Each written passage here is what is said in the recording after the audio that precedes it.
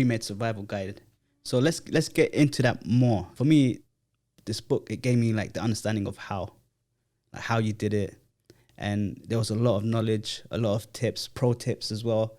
Was you obliged to provide information to others to gain entrance into the medical field? Yeah, I love that. So I never felt obligated like I had to. It was something that I was excited to do. I wanted to do because I was so fortunate to receive that from so many other people, my mentors, my sponsors, my different summer enrichment programs that I was a part of. So many people had poured into me and supported me throughout my journey. I was only happy to pay it forward. So I had the benefit of great mentors from ABWP, for example, the Association of Black Women Physicians. Okay. Busy physicians, busy surgeons. One of my mentors is an ear, nose, and throat surgeon. And they took the time out of their lives to support me, to encourage me, to say, hey, it's been a long time since I've heard from you. How are you? Are you okay? How's things going? Okay, let's go to lunch. Let's go to dinner. Let's talk about it, etc. So having that experience, I'm only happy to continue that tradition of sharing that information, sharing that inspiration with other people, because it's very hard to do things by yourself in life. Anything, it's very hard to do alone. So we need each other, and especially African, Caribbean, Black, Afro-Latino aspiring physicians. There's so few of us in medicine as physicians that it just becomes paramount for us to collaborate and support each other. Yeah. I mean, in the book, when the things that you described, and you had this kind of like self-actualization, you knew where you was going, you knew what you was doing, the way you networked, and like you planned perfectly. And I just wanted to know, how can someone that's not really good at networking or doesn't have the ability or the someone that's not comfortable in doing the networking part, what would you say to them?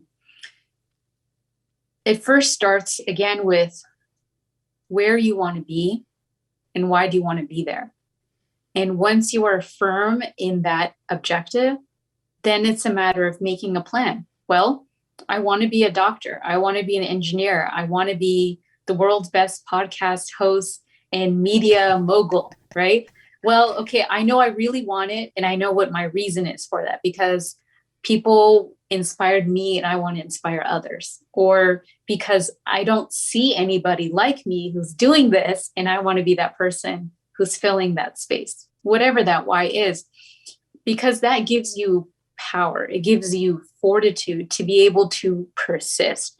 So even if someone isn't comfortable networking because they consider themselves to be an introvert, or maybe it's a language barrier and you're an immigrant, you don't feel like you'll be taken as seriously, or there may be a stereotype against you, whatever the case may be, knowing where you want to be and why will give you that inner strength, that mental fortitude to put yourself out there. So there's there's this joke I used to say when I was in residency.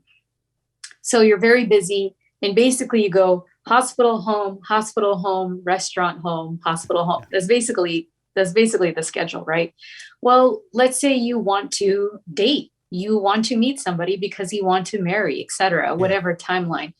Well, you might meet someone at work, or you might meet someone in your apartment complex or whatever, your neighborhood. But if you don't put yourself in the opportunity to meet other people, how are you going to meet someone that could eventually be your next boyfriend, girlfriend, husband, wife, whatever? So it's the same concept.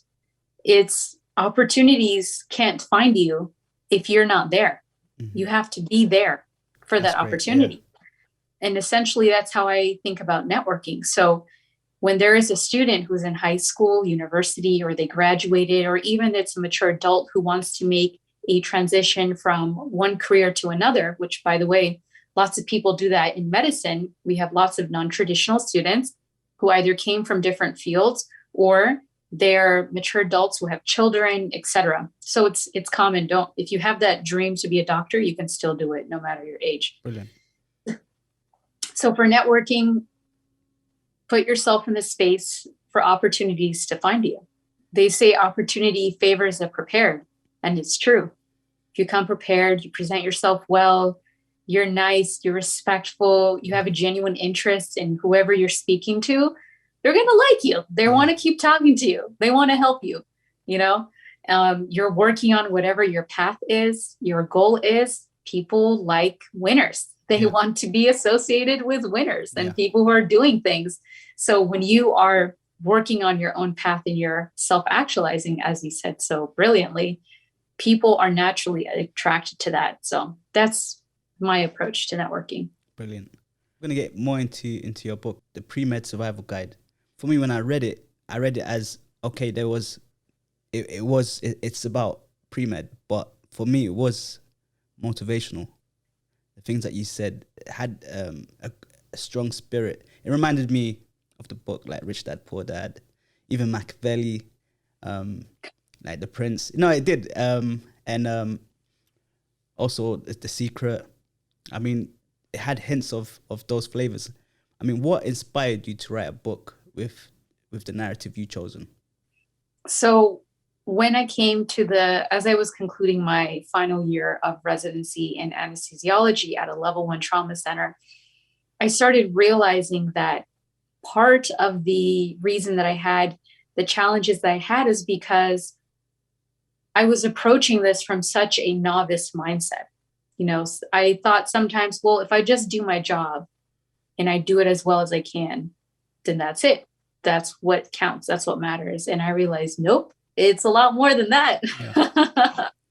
It's not just, can you do the job? Do you know the information? Did you do well on the exam? It's, how are you building relationships? How are you at presenting yourself? Those are the things that we hear when we're talking about just in general corporate life. It's not what you know, it's who you know. Yeah. Same thing applies in medicine. It's not just, did you know the mechanism of action and the contraindications of this drug and when to apply it appropriately. It was also, how well did you work with the other people in the operating room? How well are you able to communicate your plan? How well do you manage your emotions when you're tired, hungry, angry, sad, etc.? Because that impacts how you communicate with people, how you conduct yourself, all of that.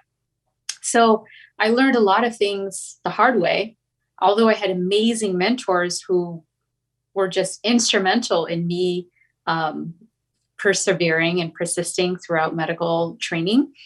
There was a lot that I learned the hard way because, that's sometimes how we just learn, is through firsthand experience.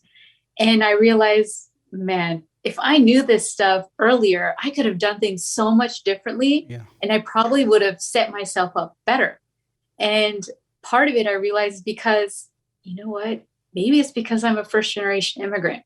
Because if you don't have that type of knowing on a personal level in your family, so if you don't have, let's say, older siblings or your parents who have gone through a similar format or pathway, can say, hey, make sure you study and you do well, but make sure also that you socialize enough, even if you're tired, because X, Y, and Z, etc. So those are some of the lessons that I learned. And I realized that, instead of gatekeeping that information and keeping it to myself so that I can benefit from it moving forward, to put it into a very concise format in an ebook, in an audiobook, and to include an interactive digital workbook, so that people like me who are underrepresented in medicine, who are immigrants, who are first generation, can get this information early to identify not only is medicine right for them, but also to have access to someone who looks like them, who can tell them, hey, Exactly. You can do it despite all these challenges. And to have a convenient way to access information, because oftentimes we don't have doctors in our families. We haven't seen another Eritrean physician. We haven't seen an African physician. We haven't seen another Black physician, etc. So being able to circulate this resource that's convenient and concise is, I thought, would just be a powerful way to empower aspiring physicians.